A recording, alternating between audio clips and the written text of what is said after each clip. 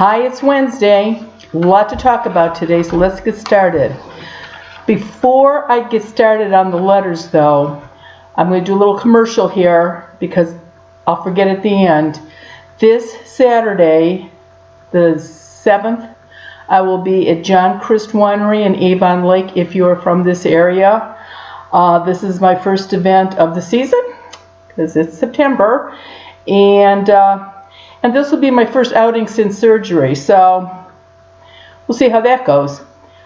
Also, next week, the letters are going to be medical. I cannot tell you, after doing the one 2 weeks ago, how many letters came in with medical questions, hospitals, nursing homes, dentist offices, everything. So I have a ton of letters, and we'll talk about that. Okay, this is from Samantha in Columbus, Ohio. I took my 3 children, boy 5, twin girl 7, to the zoo the beginning of summer. The twins are very close. I think it's a twin thing. Since the zoo, the girls are afraid of everything. They say at night they thought it was their brother scaring them in their room and breaking their toys. And I didn't actually trust my son for a little bit there. I made him sleep in our bedroom with us, and it was still happening, so it was definitely not our son. They are afraid of everything. They will not go anywhere in the house without each other or their dad or me. My son is so mean to them. He just laughs at them and loves that they are so miserable. What's going on? Any ideas? There's a lot of children at zoos. That's a great thing. But there's also a lot of ghost children at zoos. Anything where there's a lot of children, you're going to have earthbound spirits of children.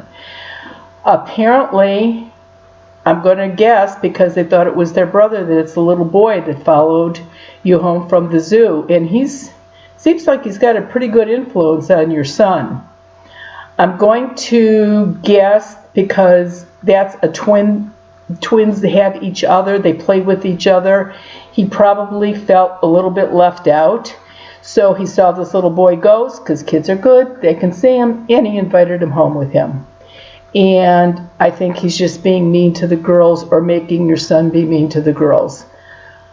A couple things. Your son's going to get older every day. The ghost child is not. So eventually he'll get bored and leave.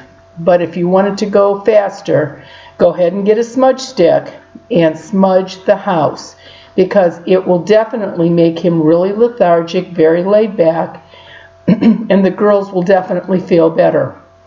Excuse me. But try that and see if that doesn't work. Don't talk to him. Don't tell him to leave. And don't question your son about who he sees or who he's talking to, because that will just make it all the worse. So just pretend like it's not happening.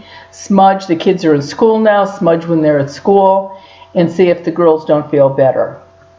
This one is from Linda in Pennsylvania, and I have to laugh. This gal is she sends a nice letter once a month with a whole bunch of questions. I really appreciate that, Linda. Okay, her questions are this. Can spirits, whether earthbound or crossed over, see and communicate with each other? Spirits that are earthbound can communicate with one another, but they do not sit around at night if you have more than one in the house and play pinochle. In the same room, it affects their energy somehow. I don't know how. All I know it does. And so therefore, if you're in your living room and a ghost comes in your living room and one comes up from the basement, the one in the living room will leave, or the one from the basement will go upstairs instead. They are hardly ever on the same floor at the same time, let alone the same room. And yes, they can communicate with each other. Spirits that crossed over can absolutely positively see earthbound spirits. And sometimes earthbound spirits can communicate with ones that have crossed over.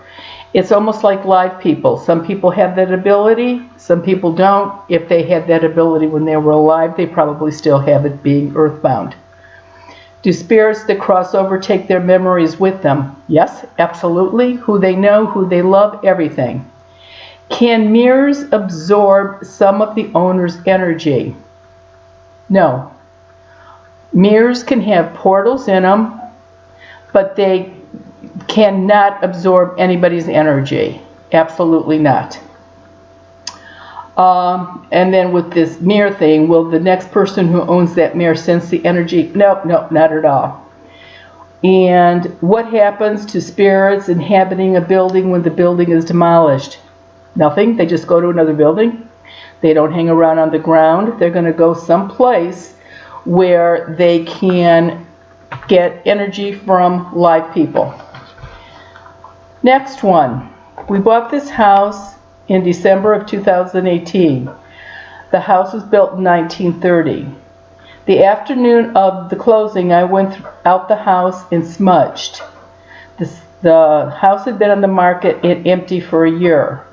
I didn't know what sort of energy might have settled into the house. Let me stop here. If the house was vacant, there were no spirits in the house. Who would they get energy from? So there was nothing there. It's not bad to smudge. That was a really good thing. Good thinking. Okay, after I finished, I locked up and left the house. The movers were not scheduled to deliver our things until the next day. Our first night in the house, as I was just drifting off to sleep, I heard a very directly in my ear, "Hello there."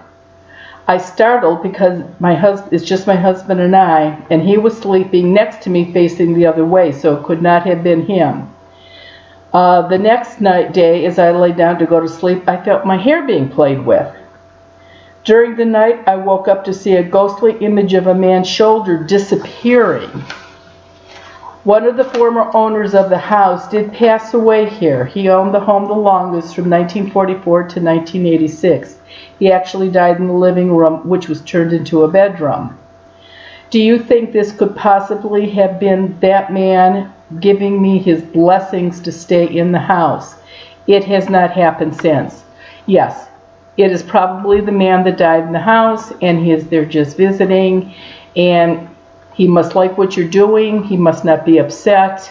Smudging is good. If it gets to be that he's annoying because he doesn't seem to be being bad about anything, but if you feel like he is there too often, then smudge more on a regular basis. And this will be the last one for today. I live on a farm. It's at least 150 years old, so old it has a dirt basement. I have always thought this home to be pleasant, but the last year or so, not so much. I will see my dogs watching something. The younger one will get up and move, most times go to the back room. I will see something in the corner of my eye, but I can't really catch it. Do you think that there was something that is going on in this house?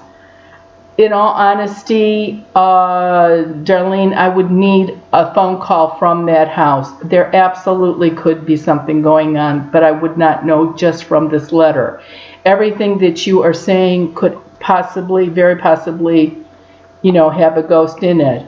And this is nice. Her P.S. The law of abundance works. I used it last month, and wow, I got transferred closer to my home, and my money increased.